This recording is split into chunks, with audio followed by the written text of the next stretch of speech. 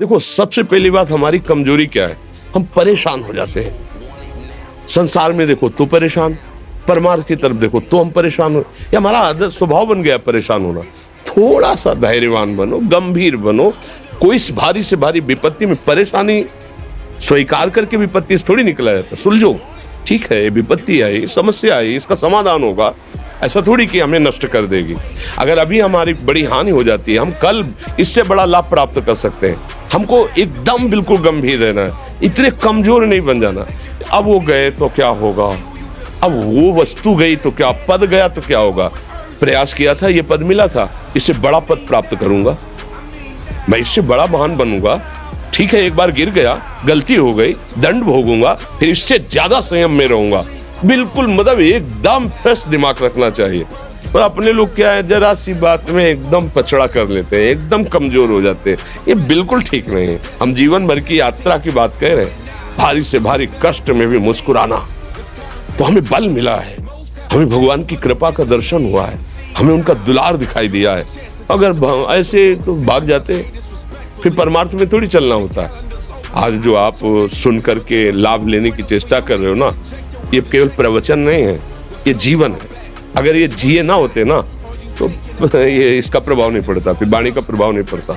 हम इसीलिए कहते हैं, जैसे आप लोग एकदम परेशान हो जाते हैं, जब बोलो क्या हमसे ज्यादा परेशानी होगी, दोनों किडनी खराब, दवाई लाने के लिए पैसे नहीं, पानी रखा है हम उठ के पी नहीं सकते, भीषण शरीर में कष्ट, भीषण बुखार, क्योंकि किडनी फेल, जरा में बुखार, खाने को क्या, रोटी मांग के लाओ। अगर वहां सब्जी मिलती तो लाल मिर्च ऐसी पड़ के मिलती थी कि वो पा नहीं सकते थे।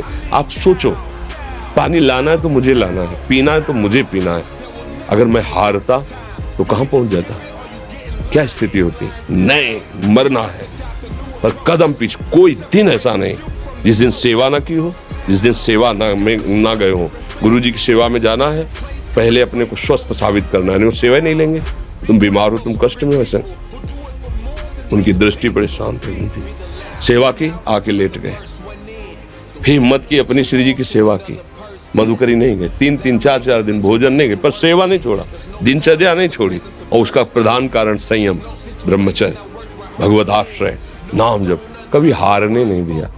अभी भी थोड़ी देर बाद डायलिसिस शुरू होगा, हारने, आपको हारे हुए नजर आ रहे हैं। शरीर में पीड़ा है, किडनी फेल है, ऐसा तो हम स्वस्थ बैठे हैं, पीड़ा है, बार बार प्यास लगती है, थोड़ा थोड़ा पानी मिलता है, लेकिन हम आनंदित हैं, हम प्रसन्न हैं। हम लड़ाई में हारे नहीं हैं, ना हारेंगे, हम जीत चुके हैं। हम अपने मालिक के भरोसे में अपना सब बात, तो वो ये हम अपनी बड़ाई नहीं बता रहे, हम आपको बता रहे समस्या। सोचो, तुम्हारे पास तो माँ है, भाई है, बहन है, परिवार है, कोई न कोई तो है ना। मेरा किसी ने कभी जीवन में ध्यान भी नहीं दिया, क्यों? बचपन से बाबा जी बन गए, किसी से प्यार नहीं, किसी से संबंध नहीं, कोई जानकारी नहीं, हम कहाँ हैं, वो कहाँ है, किसी से कोई मतलब नहीं। अच्छा, जवान साधु कौन श्रद्धा करे?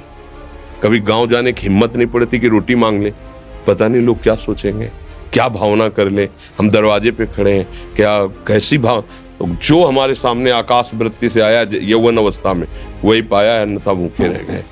जब हम हर समय अपने को विवेक के द्वारा सावधान रखे तो हम कभी निराश नहीं हुए, कभी उदास नहीं हुए, कभी ऐसा नहीं लगा कि यार हम दुखी, कभी नहीं लगा। उसी का फल है कि उस सुख का संकेत मिल गया जहां दुख की निशानी भी नहीं है। वही उसी के बच्चे हो, हम सब उसी धातु से बने हुए हैं। हम इतना क्यों परेशान हो जाते हैं? हम ये देखते हैं अपने लोग, थोड़ी बात बिगड़ गई परेशान, नहीं बिगड़ी तो बिगड़ जाने की संभावना में परेशान है। आज सुख है लेकिन कल सुख छिन जाएगा, तो हम आज के सुख में सुखी ना होकर कल के दुख की आने की संभावना में हम भयभीत हो। मतलब क्या हमारी सोच रह गई? हमको इतना बलवान बनना है कि सुख और दुख दोनों हमको छू न सके। भारी से भारी सुख की व्यवस्था है तो अहंकार नहीं, हर्षित होकर किसी का अपमान न करे कि हम धनी, हम पदाधिकारी, अमुक। भारी से भारी दुख आया तो हमें किसी के सहयोग की जरूरत नहीं, हम फिर अपने कदम बढ़ाएंगे, हम फिर जुड़ी हुई अपनी भावनाओं को सजाएंगे। मस्त जीवन एकदम। तुम अविनाशी के बच्चे हो। शेर का बच्चा भेड़ों के बीच में फंसकर म्यों म्यों बोल रहा है, बस अगर दहाड़ना सीख जाए तो कोई भी उसे परास्त नहीं कर सकता। ऐसे भगवद अंश, तू प्रपंच में फंसकर अपने को इतना दीन क्यों देख रहा है? तू ऐसा है कि भगवान के दिव्यास्त्र में भी ताकत नहीं तेरे को मार सके। तू अविनाशी का अविनाशी बच्चा है। विनाशी भोगों को, विनाशी शरीर को मैं मान के इतना भयभीत, इतना दुख ठीक नहीं। ये सबके लिए, केवल एक के लिए नहीं। आप समझो, आप लोग सोचते हैं हम गृहस्थ होकर भला ऐसी स्थिति कैसे। जनक जी सुखदेव जी के गुरु हैं और राजा हैं, महल है, रानियां हैं, नौकर है, चाकर।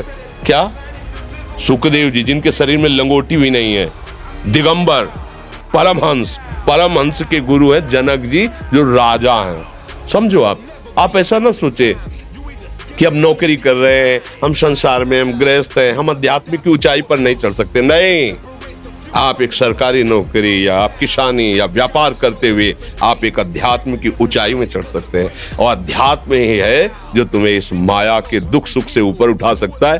दूसरा, चाहे जितनी संपत्ति आ जाए, आप सुखी नहीं हो सकते। सब देख लो, आंख खोल के देख लो। अध्यात्म ही है जो तुम्हें हर कष्ट सहकर मुस्कुराकर जीने का रास्ता बता देगा कि आप आनंदित हो जाओगे। कुछ नहीं बिगड़ा। अध्यात्म है तो कुछ नहीं बिगड़ा, अध्यात्म नहीं है तो कुछ नहीं बना, कुछ हाथ नहीं लगने वाला।